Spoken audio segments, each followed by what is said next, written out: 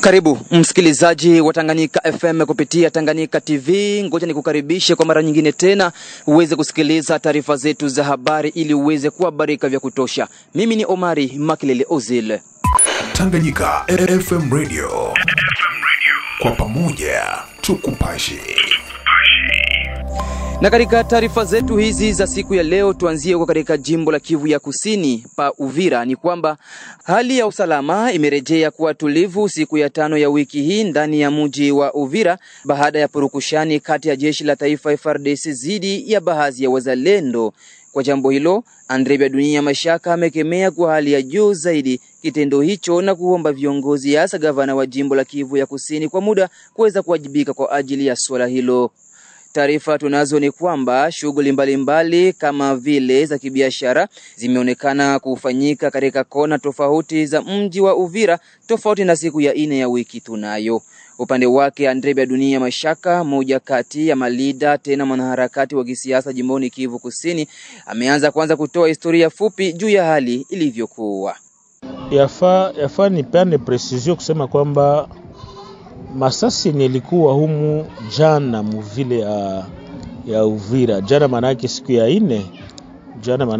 4. Tariki 1 ya mwezi wa 5 kulikuwa masasi mingi kabisa. Mais inafere suite kwa ile maevenema ya deploiement ya FARDC. Deploiement ça veut dire FARDC ilipenda kuenda kujiweka kwa position inakuwa kwa hii milima ambayo inaegemea vile ya Uvira. Na balienda mkartie Kakombe, baenda mkartie Kibondwe. Ilikuwa usiku ya siku ya 3, yani le 30, tukakuwa alerte na population ya mwa ile eneo kutuambia kwamba wanaona watu wengi ambao wanavalia sare ya jeshi na wanakuwa na silaha na hawajui wanatoka wapi na wanaenda wapi.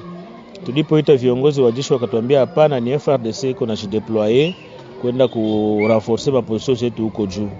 Malheureusement wazalendo wakakuwa inquiete kusema kwamba sisi hatutaki deploiement ya FARDC kwa hii milima yetu kwa sababu mnapenda mtuweke katikati. Ukiangalia vizuri ambisio ya FARDC ni kusema yende juu kidogo ya wazalendo wabaki katikati na mbele ya kufika kwenye barabara. Wazalendo wakasema haiwezi wezekana, sisi hatuwezi kubaki chini yenu. Mbona mnapaswa kubakia huko chini na sisi tubakie huko yulu pour que tungoe adui na wenzetu washaenda deploiement tutakuwa tunakuwa renforcer na kwenda kusaidia wenzetu wenye wiko kuma front kule. Alors kwa ile opposition masasi kaanza sawa na ya semaine passée. Unakumbuka kwamba upande wa Kabindula nako kulikuwa tena masasi lipigwa kabisa asubuhi ya jana siku ya 4 mingi kuanzia 5h mpaka masaa 4. FARDC ikafonce tu ikapita ikaenda. Bon, ce que nous déplorons ni kwamba kumeumia wanajeshi fulani na kunakuwa hata wazalendo ambao wameumia kwa sababu unaona ni mtuto. Hata hivyo upande mwingine ameomba raia kutokuwa na tawanya habari za kuchochea chuki kati ya FARDC na wazalendo kwa kuwa na weka chumvi katika habari za mitandaoni. André Dunia Mashaka ametoa hapa mwangaza. Lakini singependa watu waseme kwamba ni affrontement entre FARDC na wazalendo.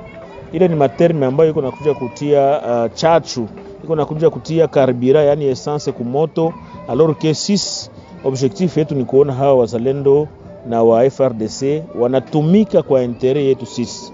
C'est vrai tunaiwa kwamba mba FARDC muko bale tunabaitaka ba fugitif balianza kukimbia adui tangu Goma, Bukavu mpaka gisi walifika hapa Uvira, na wazalendo wako na rezo ya kuogopa kwamba hawa watu wanakuja tena, wanaweza tena kwenda kuikaa juu yetu. Kwa nini hawawezi kuingiza adui? Kwa sababu wanataka watu encercler. Ile ni uoga na pasha kuwa.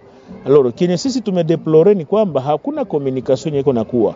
Hakuna communication ambayo iko nakuwa. Kama commandement ya secteur ingetusaidia, kama hata kwa komanda yeye mwenyewe komanda secteur anaweza kutumika na wengine wa komanda yake parce que kuna mainite ya mingi, banakuwa nafanya reunion wanaambiana hivyo, na tuliona tusibakie hapa si wote muvile bamoja baende hivi bamwingine baende hivi. Kuna kuwa ile communication information izunguruke, bazalendo wasikuwe na kuwa surpris barisha kutana basoda wanakuwa hapa karibu na mambo mengine. Ile haiko bien. Tulipata ba blessé ba civil tulipata bablesse benye baliumia mjeshi, baliumia muwazalendo. Ile deja ni perte kwetu, tumepoteza kwa sababu wale wazalendo ambao wameumia, wale wanajeshi ambao wameumia, lazima wangeenda kukomba. Umoja angeua hata wa M23 wa 5 wa 6, lakini tunapoteza deja. Kuna wenyewe wameumia, atafanya miezi miwili mu hospitali, haitakuwa vizuri. Na wale wa civil ambao wameumia tunasema pole sana, lakini tunategemea kwamba hii kitu kisijirepete tena. Wakati hayo ya kijiri, leader huyo wa jimbo la Kivu Kusini Andre Biadunia Mashaka amesema kuwa na matumaini na mkutano mkubwa wa usalama wa jimbo ulioendeshwa pa Uvira juu ya kupata suluhu ya kudumu kwa mvutano wa mara kwa mara pa Uvira. Andre Biadunia Mashaka: Il est vrai que kulikuwa réunion maintenant ambako kulikuwa gavana wa jimbo, kulikuwa komanda secteur, meya wa jiji na wengine wakuu viongozi ambao wanahusika na security hapa na bakteria société civile kwenda kuzungumzia ile question pour que isirudilie tena.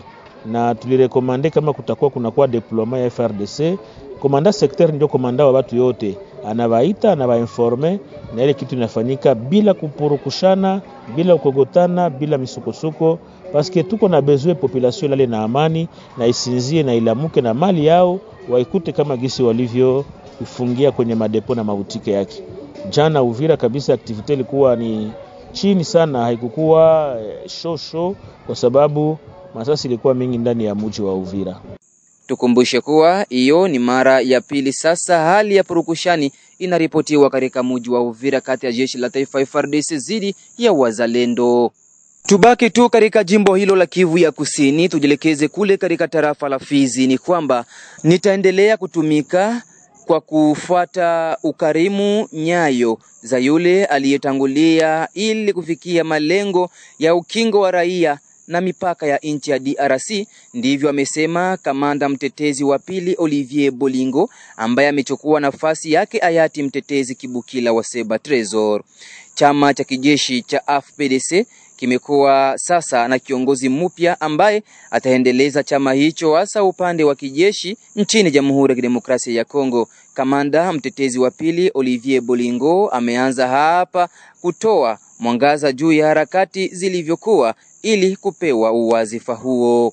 Kadiri na mumesikia habari, basi ndio hivyo kabisa, baadhi ya mzee kutuacha na mouvement c'est une institution kwa vraiment iko bien organisé, na wakaona kabisa wa mimi kama vile kiongozi mwenye ataongoza jeshi, na ndio maana mmesikia hivyo. Ni mwanzilishi na kuwa très proche wa ametuacha Lieutenant General mtetezi Kibukila wa Seba Tresor. Mimi nilitumika naye tangu zamani, na kazi zote tulikuwa tunatumika za operation, za kazi zote za administration, na mimi nilikuwa mwenye kuwakilisha administration mu ile arme yetu, na ndio maana mimi nimechaguliwa kuwa kiongozi mkuu wa jeshi hilo la AFC mu chama ya FPDC. Najua kama le Lieutenant General mtetezi Kibukila wa Seba Tresor alikuwa vrai combattant, ya combattant, na wakongomani mzima na tarafa la Fizi hata Sud-Kivu ilikuwa ikimtegemea, na kwa gisi tulikuwa tuko pamoja naye, tunatumika pamoja, najua tutafanya kazi, na yenye niweza ambia wakongomani na Fizi mzima watutegemee na sisi kwamba tutafanya kazi, hamna shida, tutaendelesha kufanya ile ideolojia yenye Lieutenant General mtetezi ametuachia na yenye tulikuwa tunatumika naye, na tulikuwa tuko pamoja, na yote itaendelea na tutakuwa pamoja. Watutegemee na sisi na mawazo na kuapui yote yenye wataendelea kutusaidia, na hata na sisi tutaitumika pamoja. Upande mwingine ameomba kwa raia kuendelea kuwa na imani na matumaini naye pamoja na chama cha kijeshi cha FPDC, hasa wakati huu nchi iko katika uvamizi wa AFC M23 anaposapotiwa na Rwanda, huku akiomba raia kuendelea kuwaunga mkono kwa hali na mali.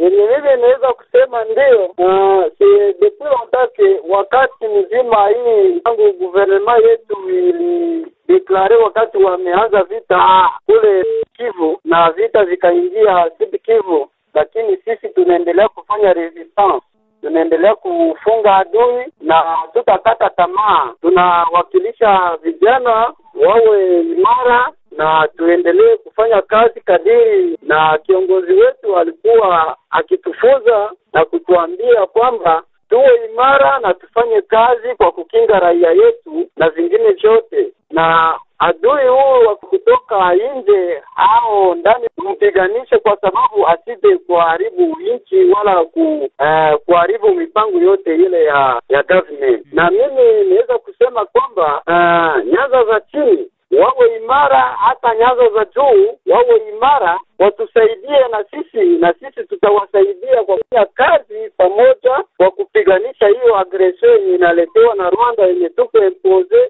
Tuifanye na tutaipigania kwa sababu tufikishe malengo ya jinsi tulikamata silaha. Ndio operation zinaendelea, na tangu hayati amefariki najua jeshi lote lilikuwa limejipanga kwenye basi mbalimbali zenye tunawatiaka kwenye makempi, na walifanya kazi wakati adui M23 ilishuka na Twirwaneho na Ndoride walishuka kwenye mji wa Mlima. Najua resistance ilikuwa ya vijana wetu pamoja na jeshi la FRDC na wengine wa ndugu wetu wa magrupe zingine waliwarudisha mpaka wakarudia kwenye nyanza za juu za Minembwe. Nikizani kulikuwa wakati mwingine vita ya hapa mwisho imefanyika mji ya Mikenge. Mimi nilikuwa nikisimama Rusanguku Birarumbili, lakini jeshi limefanya kazi katika Mikenge na wakarudisha nyuma kidogo, lakini tunaendelea kufanya mastrategia na vitu vingine. Nikizani tunategemeo na Mungu atatusaidia, hata kama tumeachwa na kiongozi, tumekuwa na kiongozi kama mimi, tunaendelea kuwasensibilize na kuwaambia kama tuendelee na kazi kwa umoja.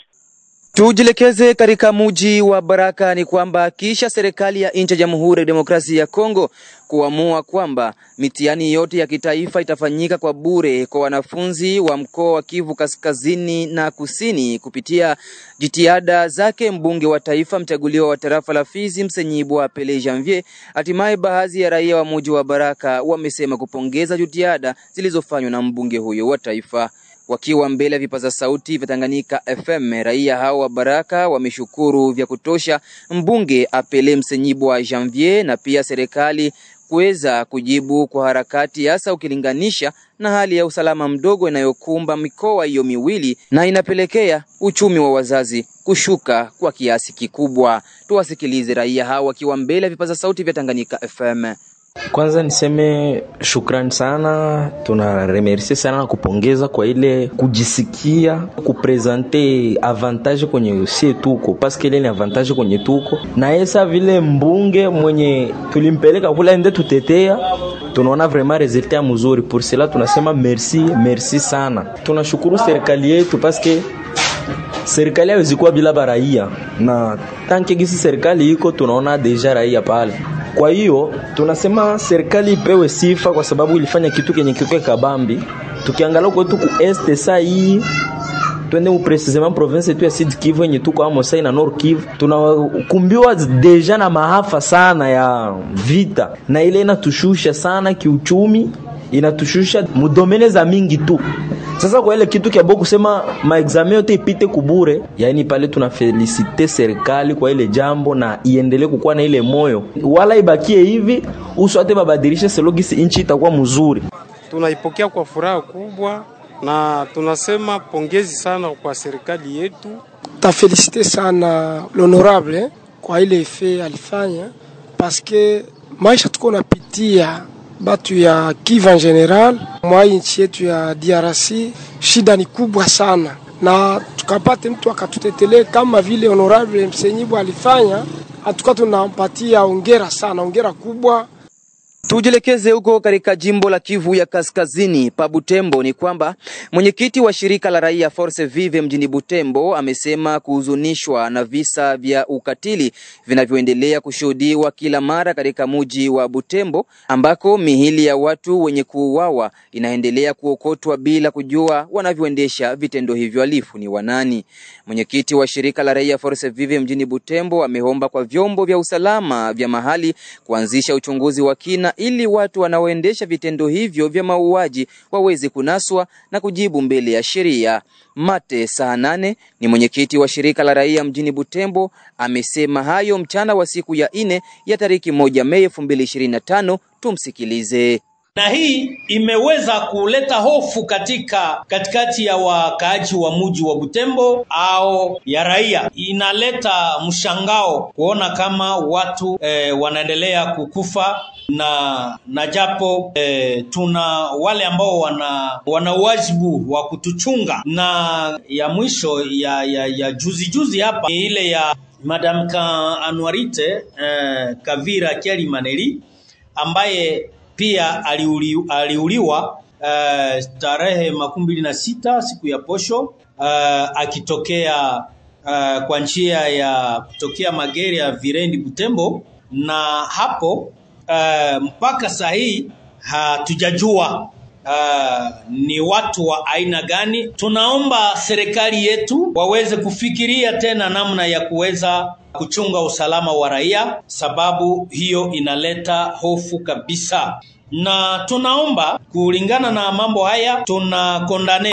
matendo kama haya mabaya ambayo imesababisha usalama wa raia ya mji wa Butembo. Jambo la pili, tunaleta pole kwa jamaa zote ambazo zimefiwa kupitia kuuliwa ndani ya mji wetu wa Butembo. Pia tunaleta pole kwa namna ya kipekee kwa huyu wa juzi jamaa lake ambalo liliweza patwa na shida. Jambo la tatu, tunaomba viongozi au waongozi wa waamuzi au tunaweza sema auditora na procureur de la Republique waweze kujitaabisha kwa kuweza kuwa wanatafuta bandia wakati magumu yanatokea. Tumalizie taarifa zetu hizi za habari na huko katika mji wa Kinshasa ambao ni mji mkuu wa Jamhuri ya Kidemokrasia ya Kongo.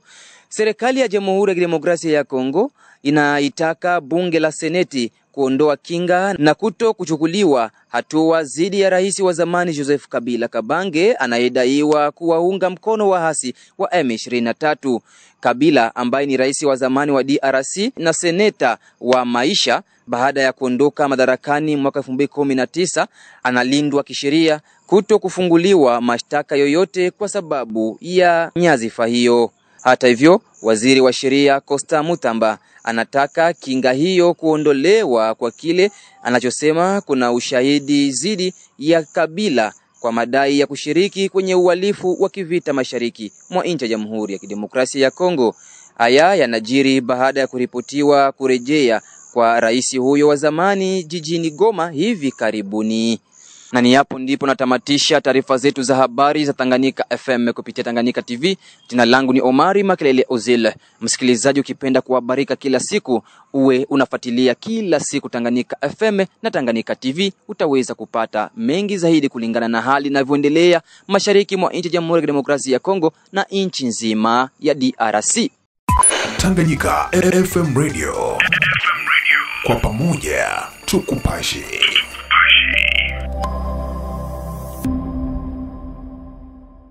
Habari za muda huu mpendwa mtazamaji wa Tanganyika TV. Kwa jina naitwa Suzana Mbokile, natokea kitengo cha biashara na manunuzi hapa Tanganyika TV. Nipende kuchukua fursa hii kukaribisha hewe mfanyabiashara kutangaza biashara yako pamoja nasi. Maana katika ulimwengu huu wa sasa, media kama Tanganyika TV ndio mahara pekee ambapo unaweza kukuza na kuendeleza biashara yako. Haijalishi ni biashara ipi unayofanya, ina mtaji mkubwa au mdogo. Tanganyika TV inaweza kukuweka karibu na wateja wako na kukuza manunuzi ya bidhaa zako unazouza. Hebu fikiria, hata vikundi vya maendeleo tunawezaje kuendelea bila kujitangaza? Karibu utangaze nasi, hewe mfanyabiashara, mjasiriamali, mwanamuziki, wanasiasa na wengine wote, karibuni sana sana sana. Unaweza kuwasiliana nasi kupitia namba zetu za ofisi zilizopo hapo chini.